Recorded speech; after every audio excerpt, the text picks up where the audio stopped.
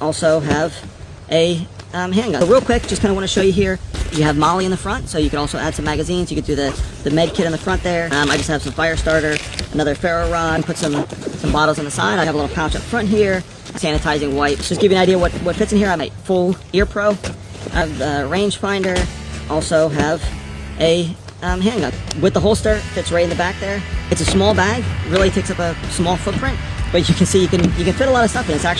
It's deceiving how little it is, but how much stuff you can fit in there.